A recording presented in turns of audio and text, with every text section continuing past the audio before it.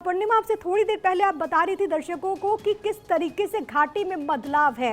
अब जन्नते कश्मीर में प्रधानमंत्री के इस्तकबाल को लेकर के क्या कुछ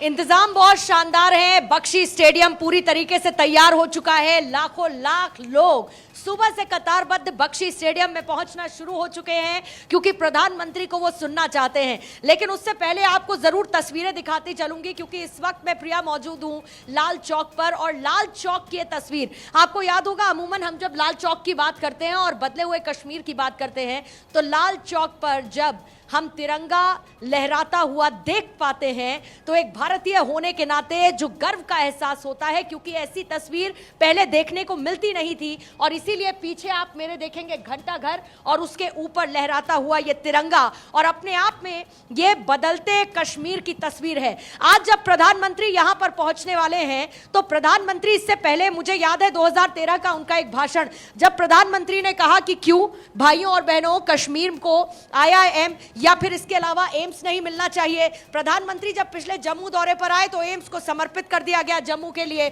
और इसके साथ साथ लोगों की सुविधाएं बढ़ाने की उन्होंने बात की।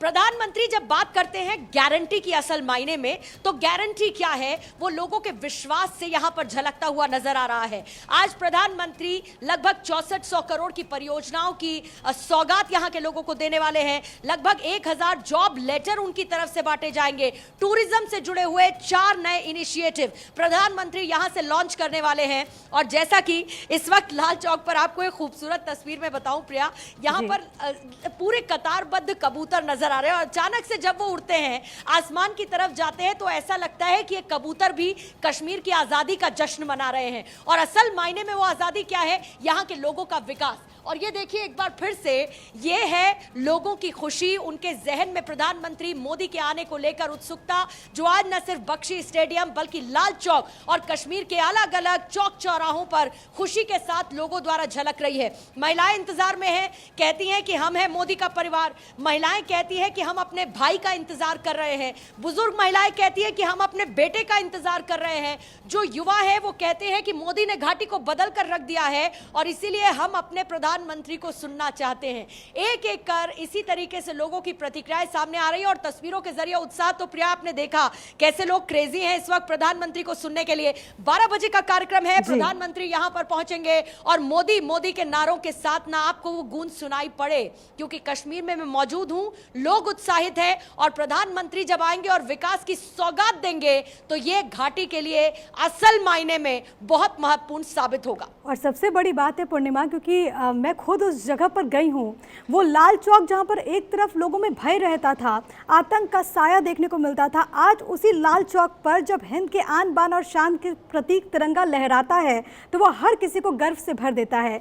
लेकिन जिस तरीके से पूर्णिमा आपने कहा, एक नए युग की शुरुआत है कश्मीर के लिए, क्योंकि ना केवल निवेश के लिहाज से, ना केवल पर्यटन के लिहाज से, ना केवल शिक्षा के लिहाज से, ना केवल वहाँ पर खेल कूद के लिहाज से, बल्कि प्रधानमंत्री जब भी इस तरीके की सौगात देते हैं, पूरे कश्मीर का कैसे विकास हो इस पर फोकस रहता है केंद्र सरकार का।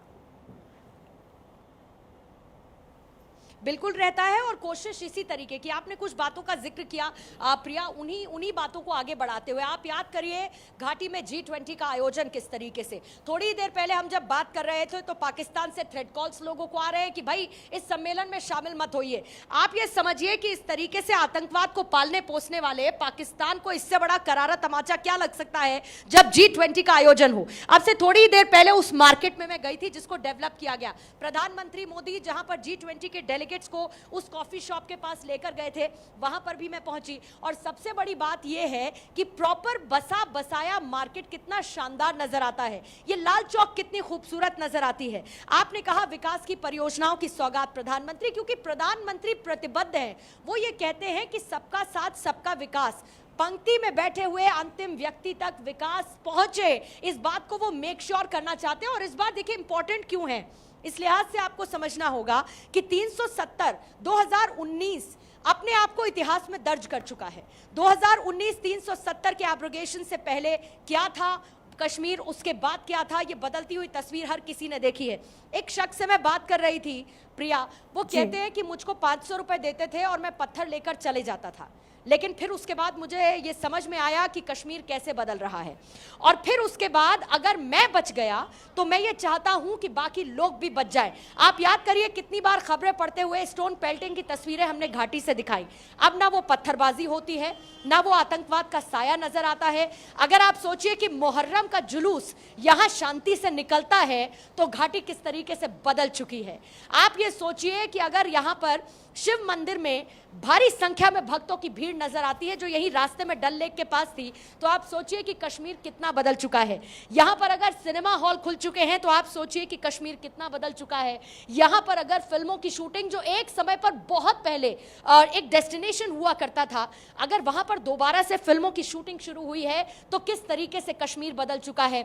इन्वेस्टमेंट आ रहा है, रोजगार मुहैया कराया जा रहा है, और इसके साथ साथ सबसे बड़ी बात, कश्मीर असल मायने में जन्नत कैसे हो, इसकी कोशिशें लगातार की जा रही हैं। और प्रधानमंत्री मोदी आज एक बार उस कोशिश को धार देते हुए, उसको पंख देते हुए नजर आएंगे। लोगों में जबरदस्त उत्साह इस बात को लेकर है, और सुनना होगा जब प्रधानमंत्री यहां पर आते हैं तो वो क्या कहते हैं, उस पर हर किसी की नजर रहेगी। प्रिया, बिल्कुल, प्रधानमंत्री क्या कहते हैं वो देखना बहुत ज़्यादा महत्वपूर्ण रहेगा।